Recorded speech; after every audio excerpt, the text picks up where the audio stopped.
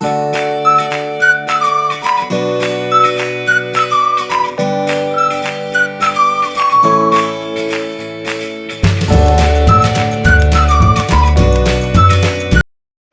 అండి, అందరికీ నమస్కారం. అందరూ ఎలా ఉన్నారు? బామ్మగారి వంటకు స్వాగతం.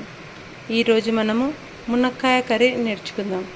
దానికి కావాల్సిన పదార్థాలు: కడిగి కోసి పెట్టుకున్న మునక్కాయలు, అల్లం ఎల్లిగడ్డ, జీలకర్ర, ఆవాలు, ధనియాల పొడి, జీలకర్ర మెంతుల పొడి, కోసి పెట్టుకున్న ఉల్లిగడ్డలు, టమాటాలు, పాలు, కరివేపాకు, ఉప్పు, కారము, పసుపు. ఫస్ట్ మనం స్టవ్ వెలిగించుకుందామండి. నూనె కాగిందండి. మునక్కాయ కర్రీకి కొంచెం నూనె ఎక్కువనే పడుతుందండి. ఇప్పుడు జీలకర్ర, ఆవాలు వేసేసుకుందాము.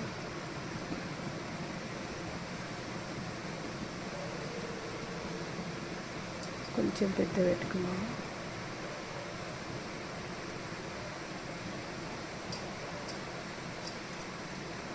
ఇప్పుడు ఉల్లిగడ్డలు వేసేద్దాం. ఉల్లిగడ్డలు కూడా ఎక్కువనే పడుతుందండి మునక్కాయకు, ఎందుకంటే గ్రేవీ ఏమి ఉండదు కదా, మునక్కాయనే ఉంటుంది కదా. ఆనియన్స్ వేసి కొంచెం గ్రేవీ లాగా వస్తుంది, అందుకే మునక్కాయకు ఎక్కువ వేసుకోవాలి ఉల్లిగడ్డలు. ఇప్పుడు మనం ఎప్పుడైనా పోపులో ఉప్పు వేస్తాం కదా, ఇప్పుడు ఉప్పు వేయద్దండి. ఉల్లిగడ్డలు వేగుతుంది. ఇప్పుడు మనం దీంట్లో అల్లం ఎల్లిగడ్డ వేసేసుకుందాం. అల్లం ఎల్లిగడ్డ,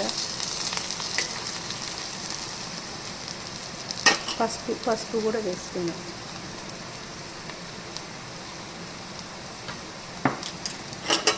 ఎప్పుడైనా మనం పోపులో ఉప్పు వేస్తాం కదా, ఇప్పుడు దీనికి ఉప్పు వేయద్దు. మునక్కాయ కర్రీకి ఎందుకంటే నేను మునక్కాయలో పాలు పోసి ఉడికిస్తాను. పాలు పోసి ఉప్పు వేస్తే, పాలు పోసినాక ఉడికిస్తే అది కుక్కులు ఇట్లా పాలు ఖరాబ్ అయిపోయాయి, ఇది అయిపోతుంది, కర్రీ అంతా కుక్కులు వస్తుంది.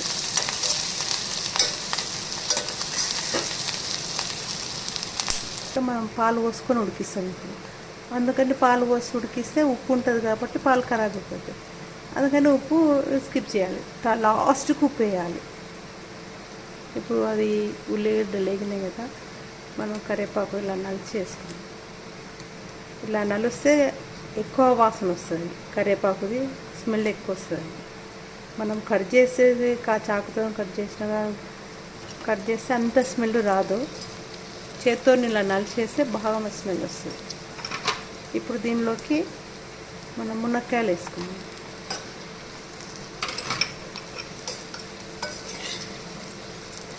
మునక్కాయలు వేసుకొని కొంచెం ఇలా కలిపి మూత పెట్టేద్దాము.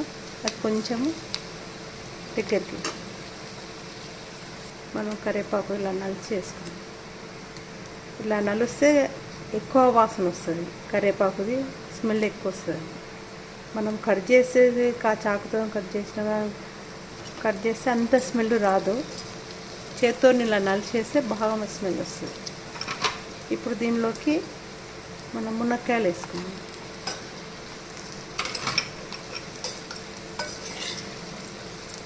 మునక్కాయలు వేసుకొని కొంచెం ఇలా కలిపి మూత పెట్టేద్దాము. అది కొంచెము దగ్గరికి, మునక్కాయలు దగ్గరికి అయినవి. ఇప్పుడు మనం దీంట్లో టమాటా వేసేద్దాము. టమాటా వేసి కలిపేస్తాం.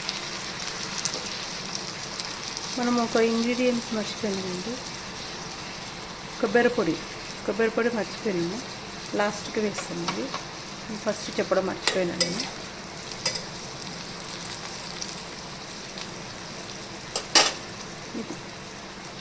మూత పెట్టేస్తాం. చూద్దాం. ఇప్పుడు కారం వేసేద్దాము. సగం స్పూన్ కారం చాలు. దాని దీంట్లో వేసిన చిన్న కొంచెం వేసి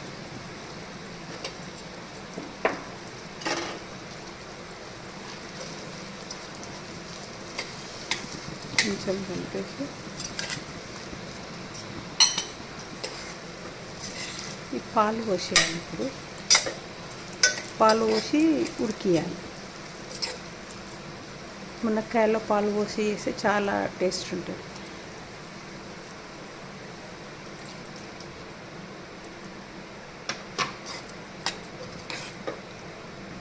ఇప్పుడు మొత్తం పెట్టేసేద్దాం. ఒక్క విజిల్ పెడితే అయిపోతుంది, ఎక్కువ పెట్టదు. ఒకటే విజిల్ పెట్టాలి. మునక్కాయలు లావుగా మందంగా ఉంటేనేమో 2 విజిల్ పెట్టచ్చు. చిన్న చిన్న లేత అయితేనేమో ఒకటే విజిల్కు మంచిగా ఉడుకుతుంది. ఒక విజిల్ వచ్చింది. ఇప్పుడు మూత తెరిచి చూద్దాం ఎట్లా ఉందో.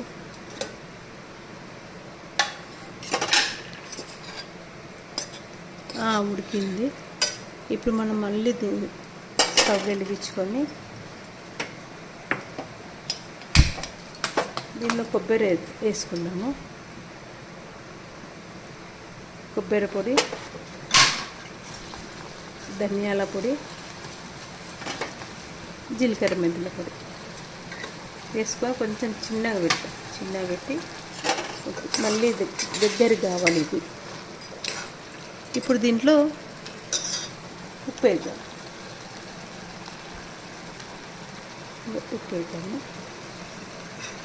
ఈ కర్రీ అంతా అయిపోయినాక మనం మునక్కాయను తినే అసలు దాన్ని పొట్టును కూడా అసలు ఎంత నములుతుంటే అంత సారము వస్తుంది. అసలు ఎంతసేపు అయినా నములుతూనే ఉంటాం. అది చాలా బాగుంటుంది. కర్రీ దగ్గరికి అయిపోయింది. ఇప్పుడు దీంట్లో మనము కొత్తిమీర వేసుకొని ఆఫ్ చేసేద్దాము. ఒక బౌల్లోకి తీసి పెట్టుకుందాం. ఇది ఎక్కువ కలపొద్దు, ఇంకా ఇట్లాగే పెట్టి వేరే బౌల్లోకి తీసి పెట్టుకుందాం. మునక్కాయ కర్రీ అయిపోయిందండి. చూడండి, ఇది మునక్కాయలు ఎక్కువ ఉడకలేదు. ఒకటే విజిల్ పెట్టినందుకు మంచిగా ఉన్నవి. అదే మనం 2 విజిల్లు పెడితే మెత్తగా ఉడికిపోతుంది. ఒక విజిల్ చాలు, చాలా మంచిగా ఉంటుంది. టేస్ట్ కూడా చాలా మంచిగా ఉంటుంది. ఇది మీరు ఎవరైనా ట్రై చేసి కామెంట్ బాక్స్లో పెట్టండి. మీరు ఎలా ఉంది కర్రీ అనేది చెప్పండి. మీకు ఈ వీడియో నచ్చితే, ఈ కర్రీ నచ్చితే లైక్ చేయండి, షేర్ చేయండి, సబ్స్క్రైబ్ చేయండి. థ్యాంక్స్.